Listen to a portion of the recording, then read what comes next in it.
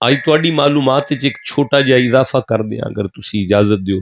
हजरत हाजरा मकाम इब्राहिम वाले पत्थर थे अपने खामंद इब्राहिम अपने पुत्र इस्माइल दे अब्बे दे पैर रख के धोंदियां सन। मकाम इब्राहिम इब्राहिम दे घर दा बेसन है। हुण तुसी आखोगे शाह जी मैं कित्थों पढ़ा, ये तुसां कित्थों पढ़िया? अगर मैं चौं बंदियां च बह के गल करा ते ये कित्थों सनद मिलेगी?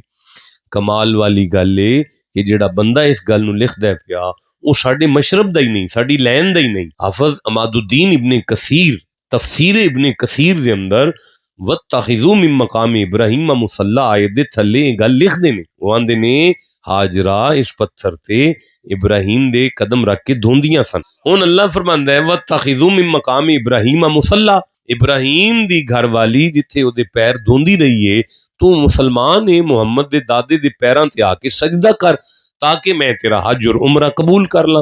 हुण मैं मिन्नत करना मालिक तू सजदा कराना है ना ते काबे वाल नूं मुंह करा, काबे दे नेड़े करा, ऐश कंदल करा लै, ओश कंदल करा लै, हतीम दे अंदर करा लै, हतीम दे सामने करा लै।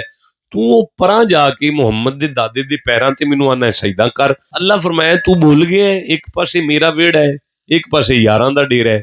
मैं इन्नी इज्जत अपने वेड़े नूं नहीं दित्ती जिन्नी यारां दे डेरे नूं दे छड्डी है।